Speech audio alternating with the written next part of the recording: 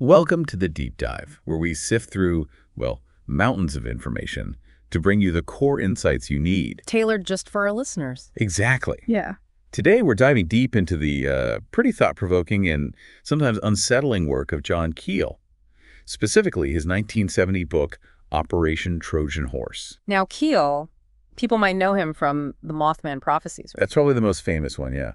But he was a dedicated journalist, a 14 investigator. His interests were broad, way beyond just UFOs. Before he even got heavily into flying saucers, he was checking out things like, snake charming? The Yeti? Seriously. All sorts of fringe phenomena, and you can almost see, even in that early stuff, the seeds of the more radical ideas he'd developed later. His openness to weird stuff is definitely key. So, Operation Trojan Horse, published 1970. Still controversial, still influential. Our mission today, let's really unpack Keel's main argument in it. And figure out why it was such a huge challenge to how people thought about UFOs back then. Okay, so initially, Keel was like a lot of researchers in the 60s, wasn't he? Oh, yeah. He started out hoping to prove the extraterrestrial hypothesis, the ETH. You know, the idea that UFOs are alien spaceships. That was the standard view. But his fieldwork, starting around 66, took him somewhere completely different. And this wasn't just armchair theorizing. No way. Years of investigation, talking to countless witnesses, digging through reports, and he found, quote, an astonishing overlap between psychic phenomena and UFOs. So the data wasn't clean. It didn't just point to spaceships. Not at all. The encounters were often bizarre, illogical. They tied into stuff we'd usually call paranormal. And that inconsistency led him to ditch the ETH around 1967. You know, it's interesting because ufology itself was kind of struggling with those weird reports, even if they stuck to ETH. Keel just took that weirdness further. He really did. Which brings us to his big alternative, the ultra-terrestrial hypothesis, or UTHA. Right, so not aliens from Alpha Centauri. No. Keel proposed ultra-terrestrials, UTs, non-human entities, maybe from other dimensions, or maybe coexisting with us right here, just unseen. In what he called the super spectrum. Exactly. A fundamental shift, isn't it? Away from just nuts and bolts spacecraft to something, well, more complex, more layered, maybe even mystical. It definitely opens up a different way of thinking about reality. And Keel thought these UTs had some wild abilities, manipulating energy, matter, time, even our perception. Staging events, basically, to influence what humans believe over history.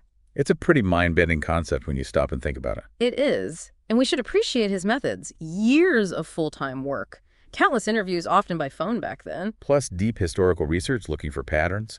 Even trying quantitative analysis on all this messy sighting data. He looked at everything. Small details others might just ignore. Yeah. And the book's foreword sets the tone. He compares the UFO phenomenon to a gigantic iceberg. Meaning what we see is just the tip. Right. The really important stuff is hidden. He criticized other UFO books for focusing only on the surface level, like craft shapes, propulsion, that kind of thing. He felt they were missing the bigger picture. Asking the wrong questions, essentially. That's it, exactly. Yeah. And he introduces a key theme right away.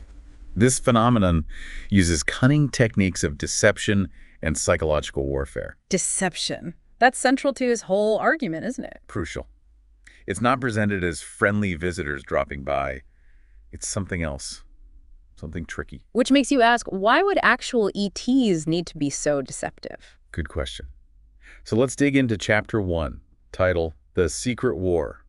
Pretty dramatic start. Sets a certain tone, doesn't it? Not isolated sightings, but an ongoing, covert interaction. Yeah, like something's happening just beneath the surface of our awareness. An intelligence with its own agenda, maybe. And he uses a really striking example early on, the Thule Air Base radar incident, October 5th, 1960. Thule, Greenland. Critical Cold War early warning site. Right, so their radar picks up multiple objects heading for North America. Triggers a massive alert of Strategic Air Command. They almost scrambled nuclear bombers. Wow. That's incredibly high stakes, brink of catastrophe stuff. Totally. But then, just as they appeared, the radar contacts just changed course and vanished. Okay, strange. But maybe a glitch or unusual atmospheric conditions. Well, here's the kicker. SAC tries to contact Thule for confirmation, right? Silence. The base is totally cut off. What happened? Turns out, the main underwater communication cable connecting Thule severed by an iceberg at the exact same time as the radar anomaly. Okay, wait. A major radar scare and a critical communication failure caused by an iceberg simultaneously. Precisely. The timing is just uncanny. That's more than a coincidence, you'd think, or at least it feels like it should be. And Keel uses this, I think, to show several things. 1, something was detected. 2, it interacted with technology radar. 3, huge potential for misinterpretation, nearly starting a war. And 4, that layer of just bizarre, almost impossible coincidence with the cable. Exactly. It's that kind of high strangeness, those weird connections that fueled Keel's thinking. It defies simple explanations. Yeah, it's not just a malfunction or misidentification. The severed cable adds that surreal twist. Were they linked? Was it intentional? Or just mind-bogglingly bad luck? Right. Okay, so moving on. Chapter 2. To hell with the answer. What's the question? Here, Keel really starts critiquing mainstream ufology. And its obsession with the ETH. Yeah. He's basically saying, look, if your basic assumptions are wrong, you'll never get the right answer. You're asking the wrong questions. Your whole frame of reference, as he put it, is off. Like trying to solve a jigsaw puzzle with pieces from a different box. Exactly. He felt researchers were so locked into the alien spaceship idea that they ignored or tried to force-fit data that just didn't belong. Anomalous details, weird encounters. Which is a problem in any field, right? Right. If your theory blinds you to contradictory evidence, you can't move forward. Keel wanted a total rethink. Which leads into Chapter 3, the world of illusion. Now he gets into the subjective side of things. Illusion, hallucination, manipulated perception. This is a big departure, moving beyond just physical objects to how the phenomenon might interact with our minds. Cognitively, psychologically. Right. He suggests a lot of the close encounters, the contactee stories. Maybe they weren't literal physical events, but more like a complex hallucinatory process. Yeah, and here's the really wild part. Maybe a process influenced or even induced by the phenomenon itself. Whoa. That throws eyewitness testimony right out the window, doesn't it? If our perceptions can be messed with. It certainly complicates things. And he connects this to history, religious visions, fairy encounters, folklore creatures. Suggesting a similar underlying mechanism across different times and cultures. That seems to be the idea. Like, the phenomenon shapes itself to fit the observer's context, creating this world of illusion where the unreal seems totally real. So appearing as a flying saucer is just one possible mask it wears, part of the deception. Exactly. It shifts focus from the craft to the psychological impact, a paraphysical interaction. Okay, Chapter 4, Machines from Beyond Time. Here, Keel argues UFOs aren't new. Right. This historical angle is key to challenging the ETH idea that aliens just showed up recently. He points to things like the mystery airships of the 1890s. Yep. And the phantom airplanes between the world wars. The Foo Fighters pilots saw and WWII. All documented aerial weirdness from before the saucer era. And he connects these to even older stuff. Mythology, religious texts like the Wheels of Fire in the Bible, folklore. So he's saying it's the same intelligence, just adapting its appearance over time. Angels, fairies, airships, saucers. That's his argument. It's a long-running show, adapting to the audience's expectations, Yeah. which really undermines the idea of recent ET visitors. Suggests something much older, maybe even tied to Earth itself or human consciousness. Which brings us right back to deception. Chapter 5, the Grand Deception. He really doubles down here. This is the core Trojan horse idea, right? It looks like one thing, ET visitors, but it's really something else entirely. Exactly. He talks about cases where witnesses got false information, nonsensical messages, or were made to do bizarre things by supposed aliens. Yeah, the amount of contradictory, illogical stuff is hard to square with advanced ETs doing serious research. And the absurdity. The huge variety of ship designs a new model every week, it seems. Advanced craft that constantly break down or crash. And the interactions. Soil samples? Sure, but pancakes? Pancakes. Keel argues this absurdity isn't accidental, it's intentional. It's meant to confuse us, maintain mystery, maybe even make the whole subject look too ridiculous for serious study. The pancake thing is just perfect, isn't it? So illogical for interstellar travelers. It Exactly. forces you to question the literal interpretation. What's the point? Okay, Chapter 6. Flexible Phantoms of the Sky. Here, he challenges the nuts and bolts idea of UFOs being solid objects. Right, focusing on the sightings where they seem more like light or change shape or vanish instantly. Yeah. If they're solid metal craft, how do they do that? He distinguishes between hard objects, the metallic discs, and soft ones, like luminous blobs or lights. Much more common, actually. And this connects back to his super spectrum idea. Yes. He theorized maybe these things are energy from higher frequencies, usually invisible to us. Like, radio waves are real, but we can't see them. That's the theoretical basis for the UTH, really. A mechanism for how these things could manifest in our reality without following our physics. Exactly. Under certain conditions, this energy becomes visible. And because it's not permanent matter, it can change shape, appear, disappear, Yeah. maybe even pass through solid stuff. It shifts the whole discussion from physical ships to something more fluid, energetic, maybe Yeah. interdimensional. Bridges the gap between the physical-looking reports and the more paranormal ones. Suggests they could have the same underlying source. Interesting. What about Chapter 7, unidentified airplanes? This focuses on a weird subset. Phantom planes that look conventional but behave impossibly. Mimicking our own technology. That adds another layer to the deception idea. Totally. Like those ghost flyers from between the wars. He details cases where things looking like known aircraft do impossible maneuvers, are silent, or just vanish. Reinforces the mimicry theme. Why do that? Maybe to blend in, increase confusion, or maybe, like Keel thought, to test our reactions without being overtly alarming like a classic saucer might be. Like a kind of calculated camouflage, smart in a devious way. Okay, Chapter 8, Charting the Enigma. This is where Keel gets quantitative, analyzing sighting data. Which was pretty ambitious back then, before computers made number crunching easy. He was doing this manually with thousands of reports. Seriously ambitious. And he found patterns. Temporal patterns first. Sightings peaked on certain days, often Wednesdays, sometimes followed by Saturday, Thursday, or Friday. Weird. Why Wednesdays? Who knows? But he also found annual peaks, these flaps, in late March, April, July, August, and octoground, and a common sighting time around 10 p.m. local time. That consistency is hard to explain away as just random or purely psychological.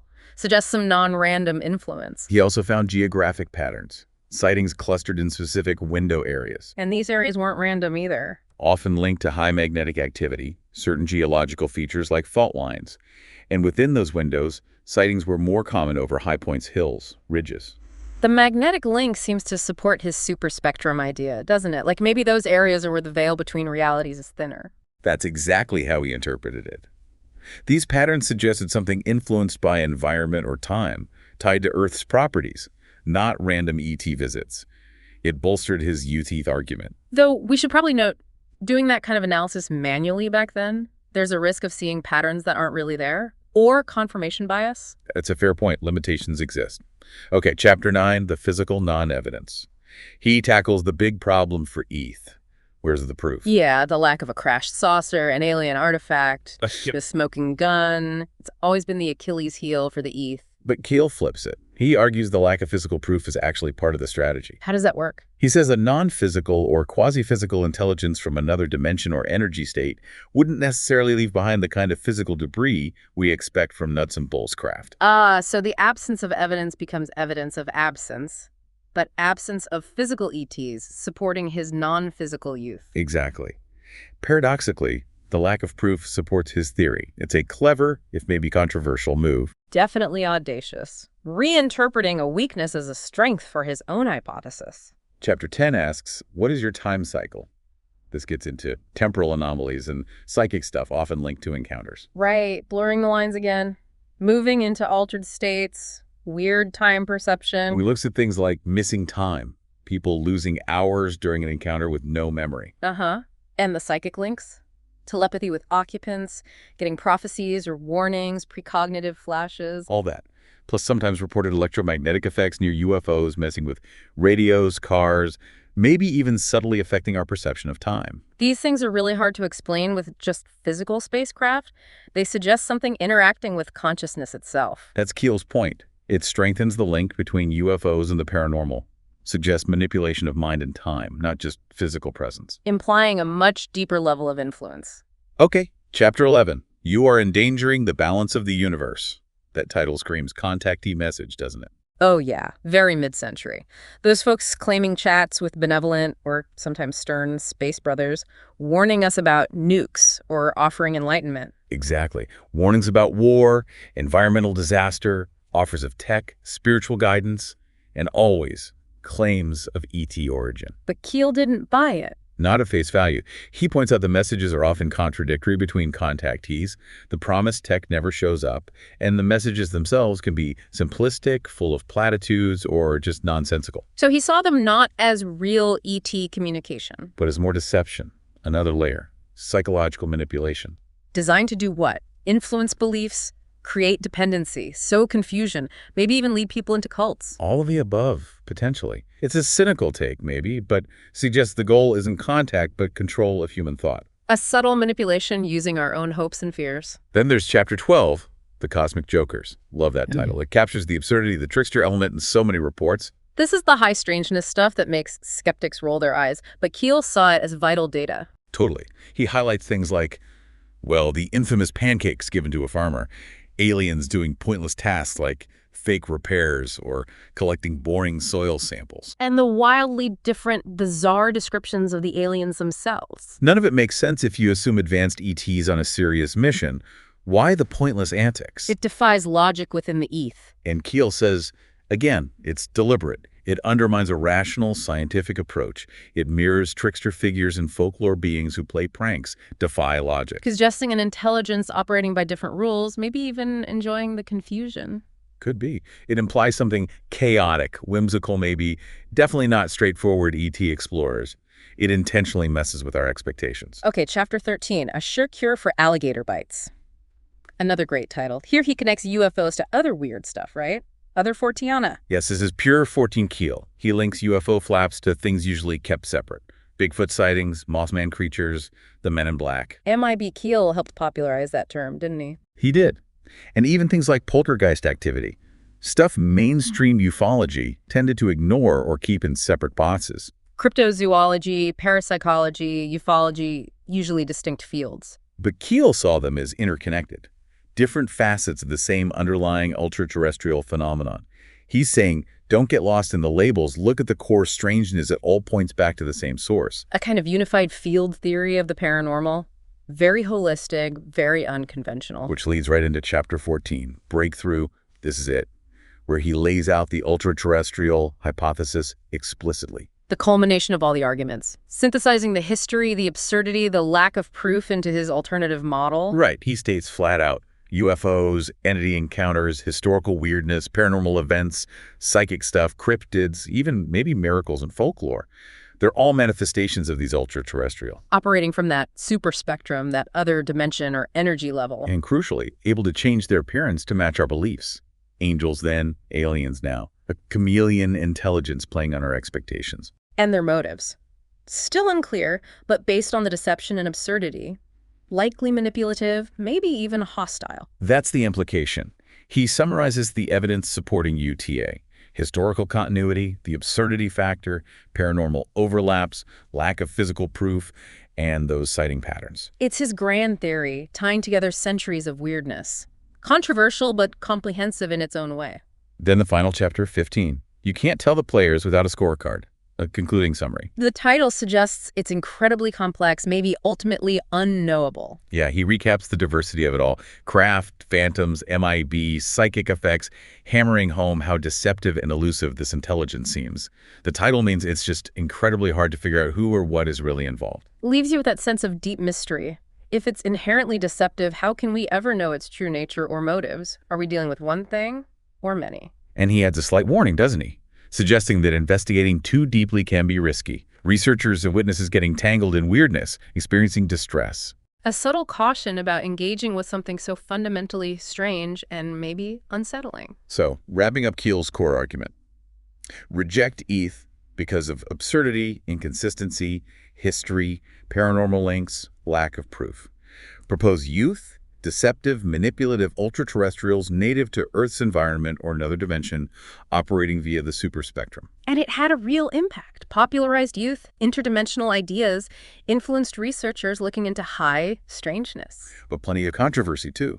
ETH folks rejected it, questioned his methods, potential bias, and his later, stranger writings made some doubt his objectivity overall. Though Operation Trojan Horse itself is seen as his most focused argument for the early youth. Right, but agree or disagree, it's a powerful book. It really forces you to confront the weirdness and consider possibilities far stranger than just visitors from space. The idea of interacting with something elusive, manipulative, tied deeply to our own world and history, it's unsettling. Okay, so that concludes our deep dive into Keel's Operation Trojan Horse.